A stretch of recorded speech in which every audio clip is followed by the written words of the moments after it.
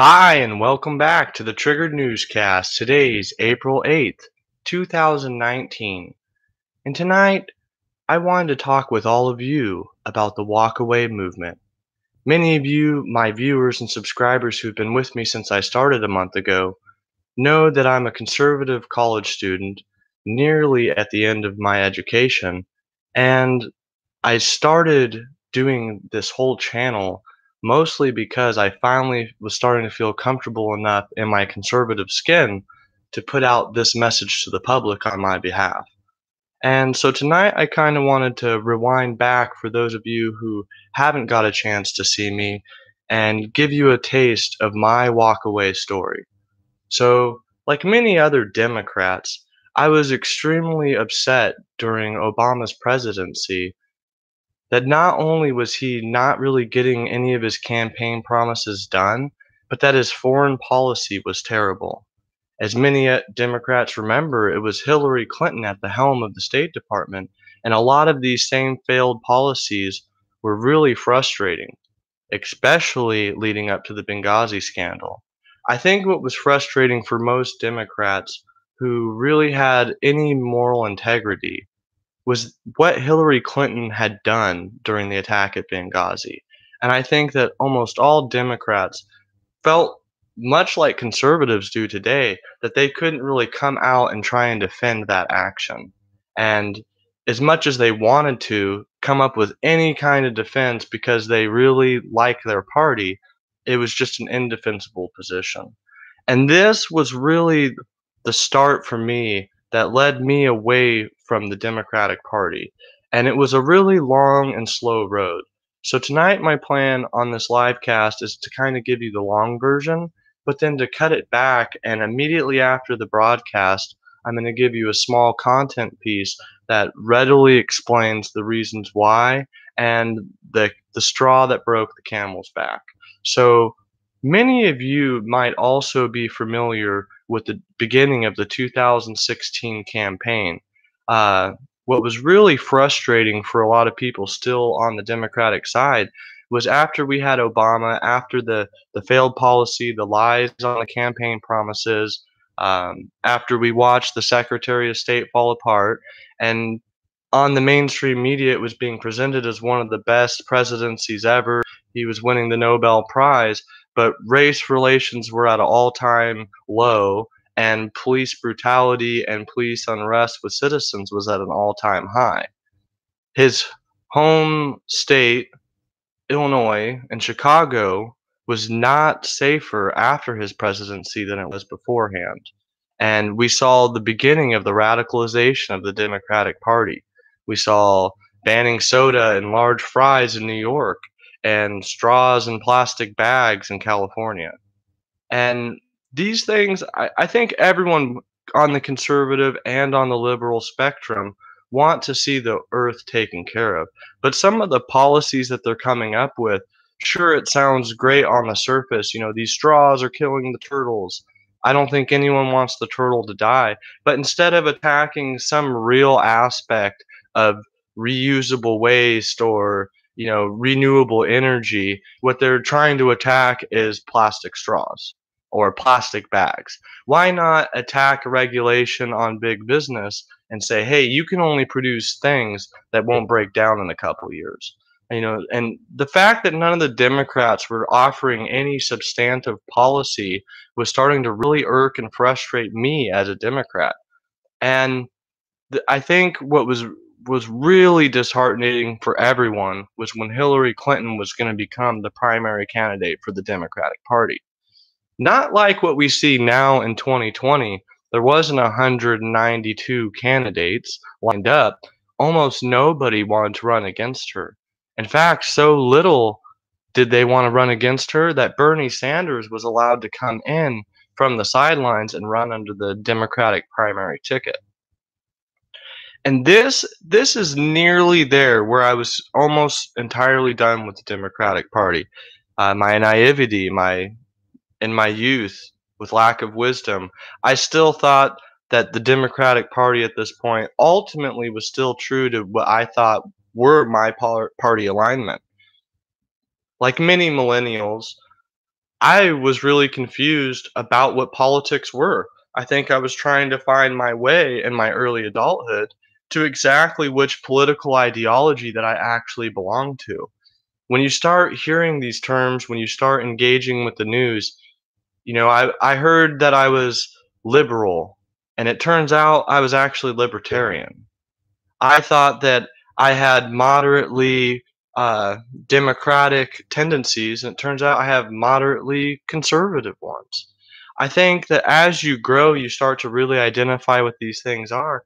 But I think that both the Democratic and the mainstream Republican Party have done a fantastic job of keeping people deceived on that policy and party dichotomy. And so at this moment when Bernie Sanders was garnishing support from me and other millennials, and we were really starting to like some of what he had to propose. I'll admit personally I didn't like a lot of his policies. They sounded good on the surface, and once I really thought about them later, I just felt like he didn't go in deep enough or at the right angle. But at the time he was really resonating with me and many other millennials. And it was so disheartening to see him, who I think a lot of people thought at the time could have beat both Trump or Hillary if he was given into the election. That the Democratic fraud at this time, I still had wools pulled over my eye. I was a regular, typical Democrat, I guess. I did not believe that Bernie Sanders was actually cheated out of the primary.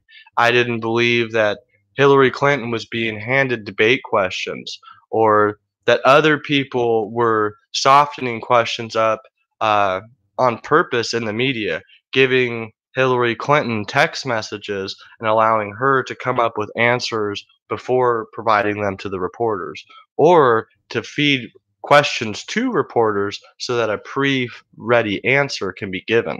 And these types of things at the time, I think me and a lot of other Democrats didn't think it was possible. Didn't think that that level of corruption was really going on. But then, we saw Bernie Sanders lose that primary, and without a doubt, instantly, even the media had to admit that there was something shady. And Bernie Sanders came out. A lot of his supporters, me, my friends, we talked about it. It was obvious to us that he was actually cheated at that point. And the way it was swept under the rug, and the way Bernie Sanders pulled his spine out and offered it to the DNC gods, how he kowtowed, bent over, and just did anything that Hillary Clinton wanted him to do in the whole election. The fact that Obama, who had just disappointed me as a Democrat, was now spending the rest of his last year as president campaigning not for democracy or the Democratic Party in general, but specifically for what I would consider the worst candidate in political history, who he easily dismantled in his debates, and there was obvious animosity between them. Even the Democrats could see that. They really didn't get along. I thought that it was a very Jeffersonian thing for Obama to do to allow Hillary Clinton, his obvious opposition, to join his cabinet. And I don't think that he tried to sabotage her, especially in hindsight now, because there was too many cover-ups about Benghazi. She was allowed to fall, hit her head, forget everything. Uh, Over future scandals, she was allowed to delete everything and get completely away because of, as we know now, Obama department officials. But at this point, I'm upset with Bernie, and I'm not completely disenchanted with the Democratic Party. I think Obama's a sham. I really don't want the old dinosaur establishment Democrat Hillary Clinton to be president. And my only other alternative at this point is to see that the globalists, Goldman Sachs, the Rockefellers, Soros, every single person that in any video online that might be talking anywhere remotely regarding a conspiracy, and I'm not saying I believe in the conspiracies, I'm just saying these people are tied into a lot of things that are questionable. All of these people were maligned against Donald Trump. And I started to see that not only was this man a billionaire who had been highly successful at negotiating business deals his entire life, There's a lot of speculation on whether his dad handed him his fortune. Well, I could tell you could hand me $100 million and I would have trouble turning it into several billion. Donald Trump was able to do those things, and then he was willing to put it all on the line.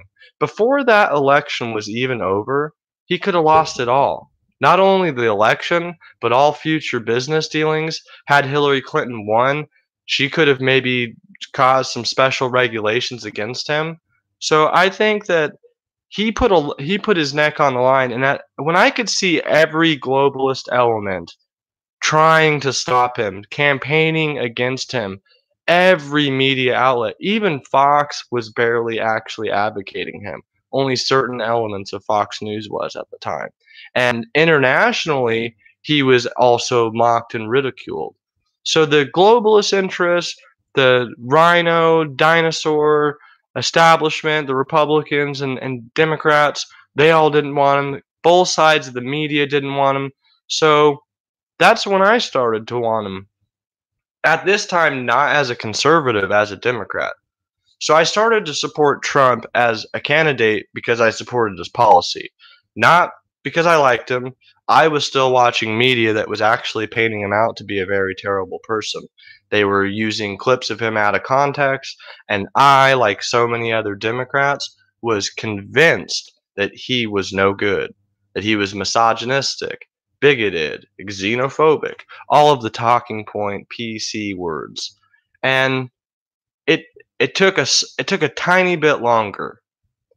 After Donald Trump was elected president and a whole new campaign had started with Cenk Uygur, uh, the Justice Democrats, several other elements that were really putting together a side campaign within the Democratic Party. These freshman Democrats that were to be coming in, I thought might revitalize the party. I thought they might bring us in a more progressive direction. After all, I was a naive Democrat. I thought progressive meant you wanted things to actually progress. But actually progressive means we need to regress back to more and more left-leaning establishment ideas. So when these things kept culminating, when I kept seeing that not only was the Democratic Party not going to change in a direction that I wanted it to, I was shocked to find out that they weren't part of the Democratic Party at all. That they were actually a third party, much like Bernie Sanders, who believed in socialism and democratic socialism, but weren't afraid to attack democracy in ways that were questionably legal and definitely not in ways that were intended by our founding fathers. In their first campaigns, they were highly successful. Not only did they get two freshman Democratic congresswomen into the Congress, they, I think, had about 46% of success rate between all the candidates they ran. And the content piece I'm going to drop immediately after this live cast not only brings all of that up, but here's where it kind of broke my heart and made me step completely away from the Democrats. I can't look back because I realize that they never actually aligned with what my beliefs were, anyways. So the further I dug into this Justice Democrats, the further I dug in and found Zach Eckley and all the other people on top of Cenk Uygur that were in charge of the Justice Democrats, what became quickly apparent, especially looking at Alexandra Rojas's information, was the actual funding and support for the Justice Democrats comes from none other than the Open Society Foundation. I probably don't even need to tell you, but that's owned by George Soros. So not only was this new wing of the Democrats, which I thought might finally be escaping all of the true foreign collusion that the Democrats had been pointing at Trump since before the election even started, and I was done. To me, I had to walk away. And it was so jaw-dropping to me, the level of corruption of this party, that I would hear other Democrats, and I was almost guilty of saying it myself, but I would nod my head as others said it, was, yeah, sure, Hillary Clinton's a criminal. Sure, she's involved in scandals, but she's better than the orange guy. And it took a long time to reflect on how racist the Democratic Party actually is. You know, one quick and simple way to illustrate that is with the affirmative action debate. We have a huge effort put forth today to try and make workplaces more diverse and have an equal dispersion of races and gender. But the one area that we still discriminate, the one area that you're not allowed to be diverse in, not only on colleges, except now that Donald Trump has signed an executive order garnishing free speech on an institution of higher thinking. Well, lo and behold, as the Democrats would say, this infantile child of a president had to tell the intellectuals, hey, you need to hear out multiple sides. And so we're just now transitioning into a moment where conservatives can finally climb out of the shell. People like me can finally walk away from the Democratic Party and not be ashamed to say that we're conservative because we're no longer fooled by who the real enemy is. The Democratic Party, the race baiting media, the super corrupt foreign nationals like George Soros who are constantly running from persecution, while true heroes like Julian Assange and others who just want to release information are taken away. So I hope you guys will look forward in the next few minutes to that content drop. Literally, all I have to do is upload it. I completed it right before this live cast, but I didn't quite have time to upload it, or I knew it would end up messing up this live cast. So with that, I hope you guys will look forward to the video directly afterwards. I truly appreciate you guys stopping in, and we'll see you at the next Triggered Livecast. Have a good night. God bless. God bless Trump, and God bless America.